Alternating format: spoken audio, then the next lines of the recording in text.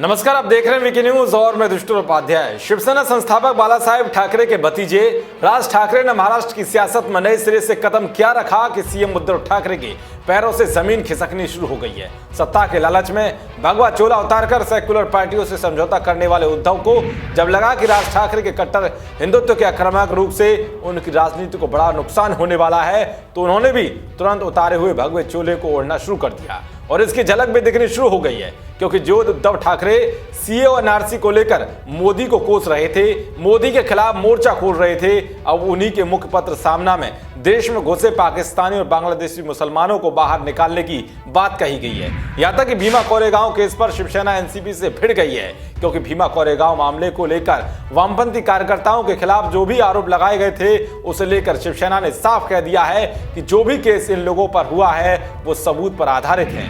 दरअसल जब एनसीपी नेता और कैबिनेट मंत्री जितेंद्र आव्हाड ने कहा कि भीमा कोरेगांव केस एक साजिश है, तो तुरंत शिवसेना तमतमा गई और शिवसेना नेता और गृह राज्य मंत्री दीपक केसकर ने जवाब में कहा कि भीमा कोरेगांव एल्गार परिषद में वामपंथी कार्यकर्ताओं के खिलाफ जो भी आरोप लगाए गए थे वो सबूत पर आधारित थे।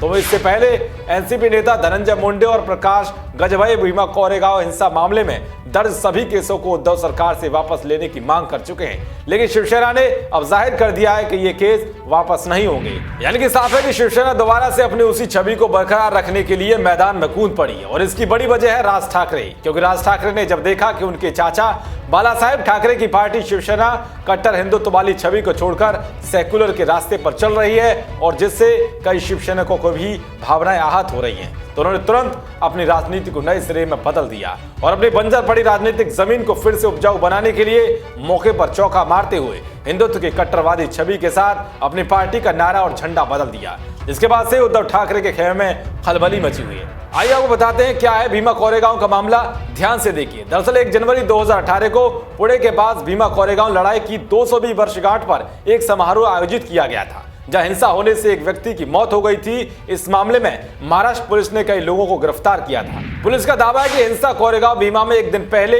एल्गार परिषद में भड़काऊ भाषणों के चलते हुई थी। इस केस में पुलिस ने सुधीर धवले, रोना विल्सन, सुरेंद्र गार्लिंग, महेश राउत, शोभा सेन, अरुण फरेरिया, सुधा भारद्वाज और वरवर राव को आरोपी बनाया था। इतिहास में जाए तो भीमा कोरेगांव लड़ाई जनवरी 2018 को पुणे के पास हुई थी। ये लड़ाई ब्रिटिश ईस्ट इंडिया कंपनी की सेना और पेशवाओं की फौज के बीच हुई थी। इस लड़ाई में अंग्रेजों की तरफ से महार जाति के लोगों ने लड़ाई की थी और इन्हीं लोगों की वजह से अंग्रेजों की सेना ने पेशवाओं को हरा दिया था।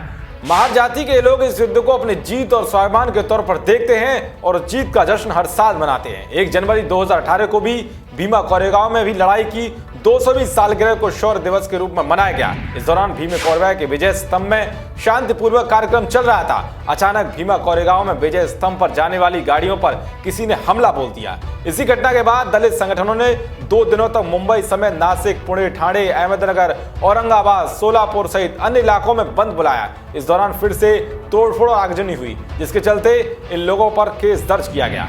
भीमा कोरेगांव हिंसा के दौरान महाराष्ट्र में बीजेपी और शिवसेना के गठबंधन वाली सरकार थी। हालांकि विधानसभा चुनाव के बाद मुख्यमंत्री पद को लेकर सहमति न बनने पर बीजेपी और शिवसेना अलग अलग हो गए। बीजेपी से अलग होने के बाद शिवसेना ने एनसीपी और कांग्रेस के साथ मिलकर सरकार बना ली।